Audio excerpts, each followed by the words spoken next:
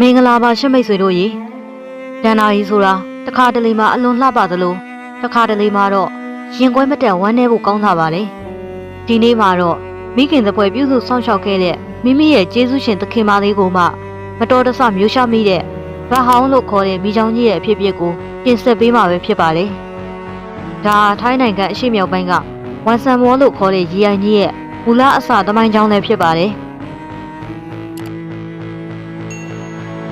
်တခါတော့ကရှီမြစ်အနီးမှာတာခွန်ရန်လို့အမည်ရတဲ့တာယာဆိုပြီးတဲ့မျိုးလေးတစ်မျိုးရှိခဲ့ပါတယ်။အဲ့ဒီမျိုးကိုဖရာဆုတ်တဲလို့ခေါ်တဲ့မျိုးသားမင်းဟာငြိမ်းချမ်းစွာနဲ့အုပ်ချုပ်ခဲ့တာပါ။မျိုးသားမင်းမှာနန်းခံပန်းလို့ခေါ်တဲ့အလွန်လှပတဲ့သမီးတော်တစ်ပါးရှိပါတယ်။သမီးတော်လေးကိုအလွန်ရှစ်တဲ့ဖခင်ကြီးဟာသမီးဖြစ်သူအဖော်ရအောင်တောကောင်လေးတွေတတဝါလေးတွေကိုမကြာခဏရှာဖွေပေးလေရှိပါတယ်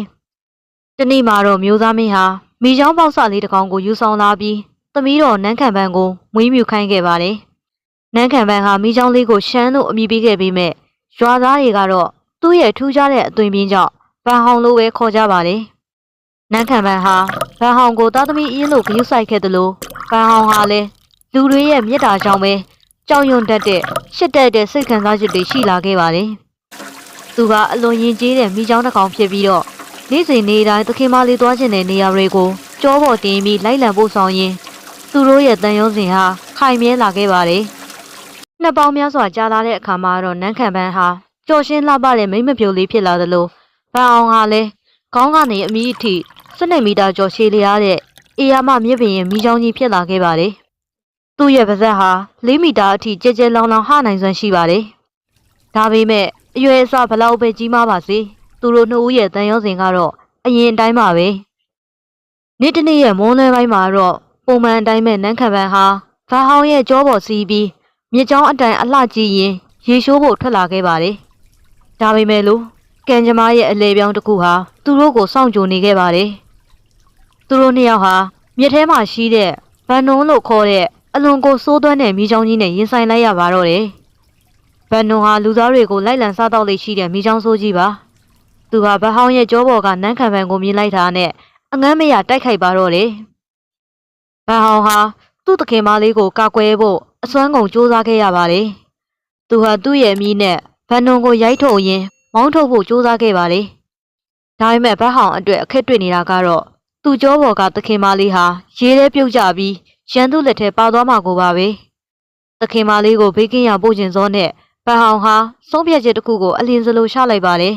။အဲ့ဒါကတော့သခင်မလေးကိုသူ့ရဲ့ပါးစပ်ကြီးထဲမှာခဏငုံထားပြီးကန်းဆက်ဘောကိုအမြန်ဆုံးကူးခတ်သွားဖို့ပါပဲဒါပေမဲ့လို့တိုက်ပွဲကပြင်းထန်လွန်းနေသလိုဗန်နွန်ကလည်းအဆက်မပြတ်ထပ်မံတိုက်ခိုက်လာတာကြောင့်ဗန်အောင်ဟာသတိလက်လွတ်ဖြစ်ပြီးနန်းခံပန်းလေးကိုဝမ်းပိုက်တဲ့မျိုးရှာမိသွားပါတော့တယ်တိုက်ပွဲပြီးမှာတော့ဗန်အောင်ကအနိုင်ရလိုက်ပေမဲ့ဘယ်နေရာမှာသူ့သခင်မလေးကိုရှာဖွေလို့မတွေ့တော့ပါဘူးခဏအကြာမှာတော့သူကသူ့ရဲ့သခင်မလေးကိုမတော်တဆမျိုးရှာမိလိုက်ပြီးဆိုတာကိုသိလိုက်ရတဲ့အချိန်မှာဗန်အောင်ရဲ့ကဘာကြီးဟာလုံးဝကိုပြည့်စည်သွားသလိုခံစားလိုက်ရပါတယ်။သူဟာအလွန်တရာဝမ်းနည်းပူဆွေးပြီးမျိုးသားမင်းကိုမျက်နှာမပြရဲတာကြောင့်ဝေးရာကိုတော်တိုးပြီးထွက်ပြေးခဲ့ပါတယ်။သူဟာချောင်းငယ်လေးတွေတောနယ်တွေကိုဖျက်ကျော်ရင်းနောက်ဆုံးမှာတော့ဝန်ဆန်မန်းလို့ခေါ်တဲ့ကြီးမားတဲ့ရေရိုင်ကြီးစီရောက်သွားပြီးအဲ့ဒီမှာပေါ်အောင်နေခဲ့ပါတယ်။တာခွန်ရံမြို့မှာတော့သတင်းဆိုးကပြန့်နှံ့သွားပါပြီ။မျိုးသားမင်းဖျားဆုတ်တဲ့ဟာသမီးတော်လေးကိုမိချောင်းကြီးကစားလိုက်ပြီလို့သိရတဲ့အခါမှာတော့အမျက်ရှောင်းရှောင်းထွက်ပါတော့တယ်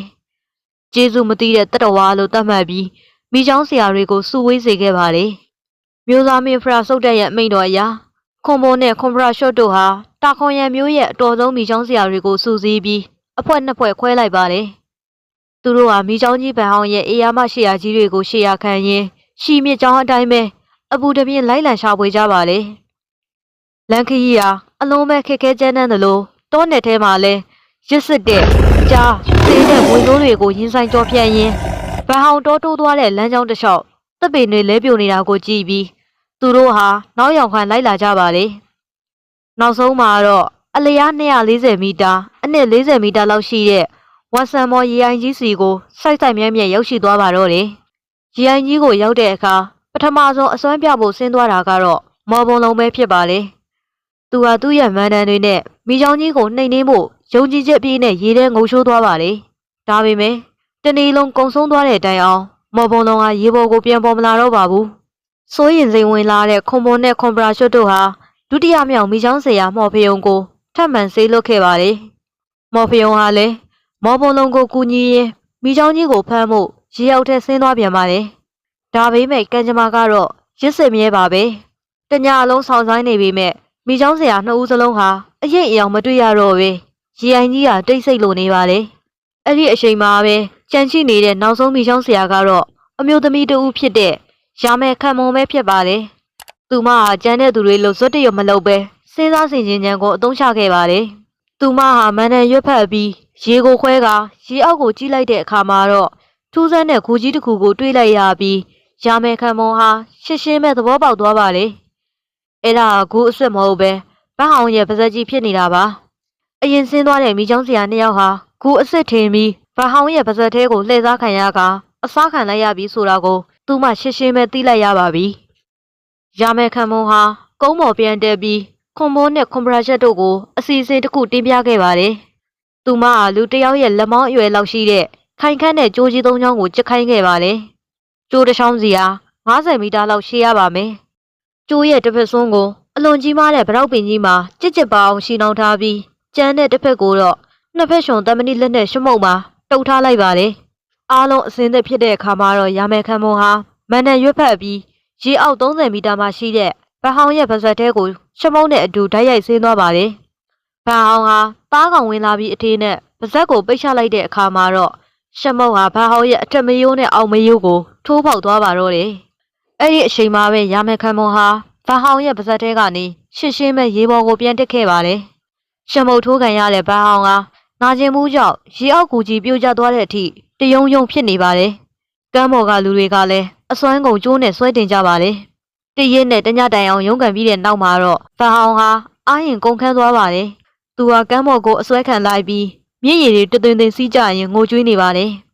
သူဟာနန်းခံပန်းကိုရည်ရွယ်ချက်ရှိရှိမျိုးချခဲ့တာမဟုတ်ကြောင်းဗန်နိုရဲ့လိုက်လံတိုက်ခိုက်မှုကနေသူမကိုအန်တရာယ်ကင်းစေခြင်းနဲ့စိုးရင်မှုကြောင့်မတော်တဆပြုမိခြင်းဖြစ်ကြောင်းပြောပြခြင်းမိမဲ့ဘသူမှနားမလည်ကြပါဘူး